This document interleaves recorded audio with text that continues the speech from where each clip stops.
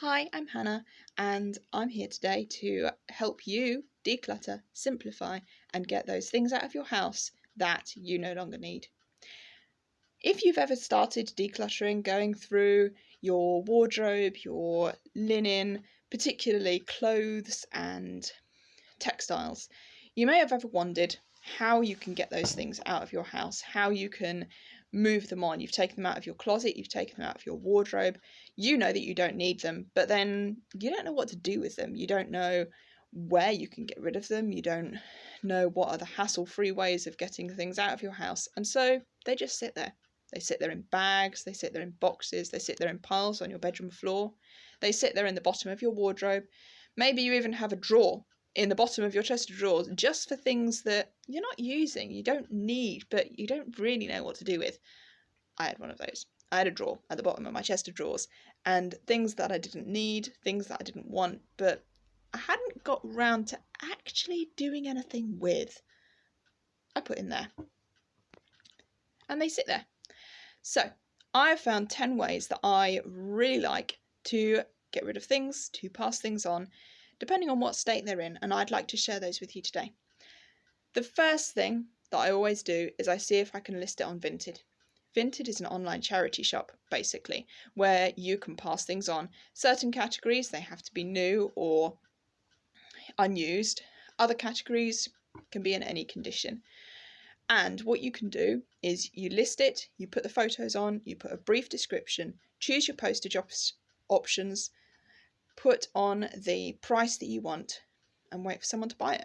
The buyer pays all the selling fees, the buyer pays for postage, a shipping label gets sent to you, and all you then do is wrap it up and put on the label. Take it to your nearest collection point or drop-off point, or get it collected from your door. My second one is Facebook Marketplace. I love Facebook Marketplace. I need something gone quickly. I want something to go locally. Maybe it's hard to post. I list it on Facebook Marketplace and nearly always someone comes to collect it. Facebook Marketplace I normally use if I want something to shift really quickly. So I'll put something that's really bulky on, that's worth a decent amount, maybe not in great condition, and I'll put it on for £5, maybe £10, maybe £2. Just something that most people will have that kind of change on, or they can easily go to a cash point and get that money out. Facebook Marketplace, I always use cash because you use a bank transfer or PayPal, things like that, and it's so easy for payments not to go through or buyers to turn up at your door and say that they've paid but the money hasn't come in, and it saves that awkwardness if you're using cash.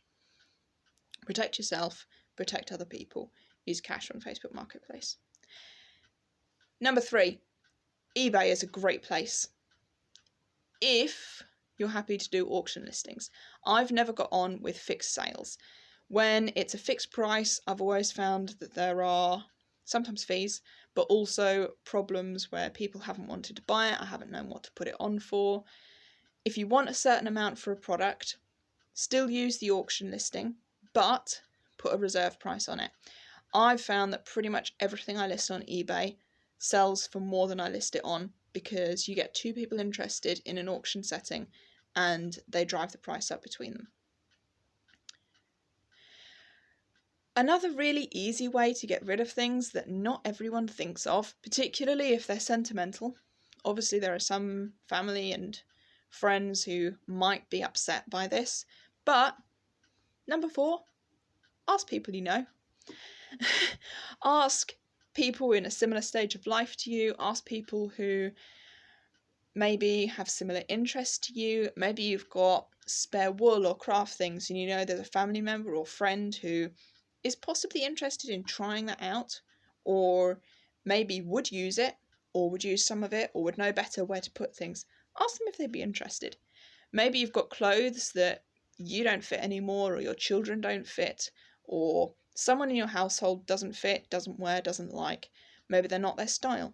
Have you got someone who's a friend or a family, someone that you know who could make use of them? Maybe you've got someone who's a quilter or who sews or likes repurposing things.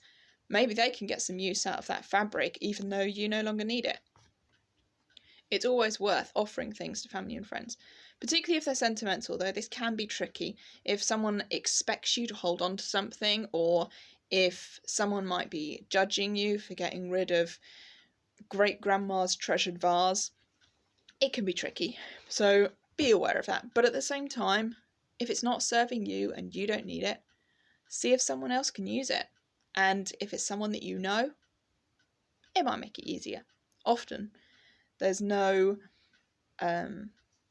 difficulty passing things on because they're seeing you or you're seeing them, so you can pass them over and you don't have to try and book like you would with number 5, charity shops. Charity shops. They always used to be a really great, easy way to donate things. Something you didn't want, you turned up at the door, you handed over your bag, they said thank you, and that was that. In these post-COVID days, quite often you have to book before you donate, or they'll only accept certain things. Some things you can only donate at certain times of the year. If you walk in the middle of August with a Christmas tree and a tray of baubles, they're probably not going to take it. But most things, clothing, electrical items, furniture, they will take at any time of year.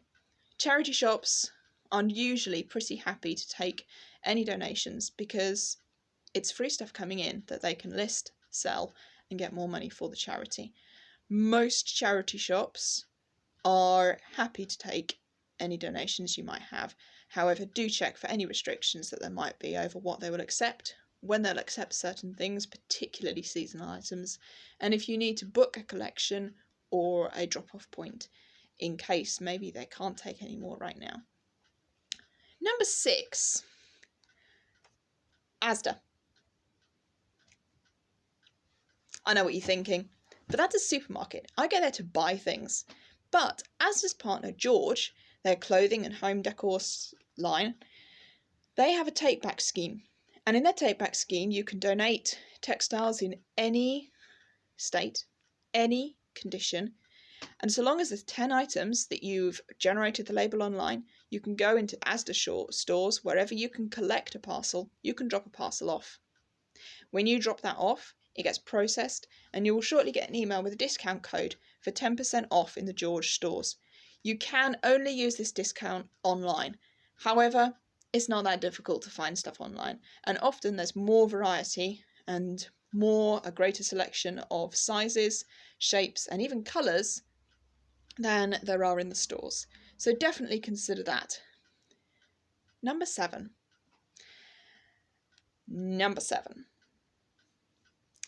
Yeah. You know those things that you've ordered? Maybe they didn't fit. That pair of jeans you bought and you thought that you'd live in, but actually you've tried it on and it's just sat in the packaging because maybe it was too tight or too loose or too long. Those boots that maybe pinched your toe a little bit that you tried on in your living room and then never actually wore outside. Maybe those gloves that your aunt's bought you 4 pairs of gloves for Christmas and you just don't need that many pairs of gloves. If it's within the returns period, definitely look into returning it and getting that money back. If it was a gift and you've got the gift receipt, same thing. Swap it for the next size down, next size up, or just decide that you don't need that in your wardrobe, and that's okay. It's not always possible. Sometimes you might be out of the returns period and then you might have to resort to selling it yourself or donating it to someone. But if it's within the returns period, return it, get it in the post, get it sent back, get that refund. Number 9. Number 9, clothing and textile banks. If you've got clothes that are ripped, torn, you've got odd socks, you've got shoes where you've gone through the bottom, if you've got clothing and textile banks, take them there. It might be that you've only got the ones in your area that are for charity shops that will only take clothes in usable condition. Maybe you've only got ones that are for Salvation Army or another charity which only take clothes that can be worn, can be passed on, can be used for other people. So double check. Definitely in my area, I have clothing and textile banks that they recycle the fabric. They go to factories. The fabric is recycled, it's recoloured, and it's remade into clothes. And lots of supermarkets, Asda, some of Sainsbury's, a lot of high street lines now offer a recycled textile clothing line. So you're helping the environment, you're helping yourself, and you might even be helping other people. Number 9. I've got a feeling I might have said number 9 already, but I'm not great with counting when I'm talking. So, number 9, animal shelters. If you've got linens, you've got bed linen, you've got blankets, you've got towels, they're old, maybe they're a little torn, a little stained, a little old. Animal shelters, love them. If you've got towels, they can be used for bedding, they can be used for drying, they can be used for wrapping things up that maybe they're going to throw away, wrapping up younger animals that come in, animals that are unwell or wet, damp, maybe they're sick. Animal shelters are a great option if you need to get rid of linens that have maybe passed their best day. And lastly, if none of these options is going to work for you, never be afraid when you're simplifying, when you're decluttering, when you're getting rid of things from your house that are no longer serving you, that you no longer need.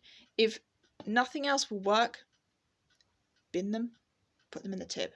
It's better that those clothes are not in your house and not giving you that stress, not taking up that space, than that you are sending something to landfill. No one wants to send something to landfill. We all know it's bad for the environment. But if it's a choice between putting something in the bin or holding it in your house forever till it turns to dust, you can be forgiven for putting it in the bin. It's a couple of items of clothing. If you've tried everything else, nothing else will work. Or if you simply just need, in this time of life, to get rid of something, you don't have that capacity, you don't have that mental energy maybe to list something for sale or to walk out and take it somewhere, maybe no one needs it, no one wants it around your area, just put it in the bin, give yourself a miss today and get that out of your house. I hope these 10 things help you as you seek to take things out of your house. So here's a quick run through again. Number 1, Vinted. Number 2, Facebook Marketplace. Number 3, eBay or other selling sites. Number 4, family and friends. Number 5, charity shops. Number 6, George Take Back Scheme or other similar supermarket initiatives. Number 7, returns and refunds for those things that are still within the return period. Number 8, clothing and textile banks. Number 9, animal shelters. Or number 10, bins and tips. Have a good day and hope to see you soon.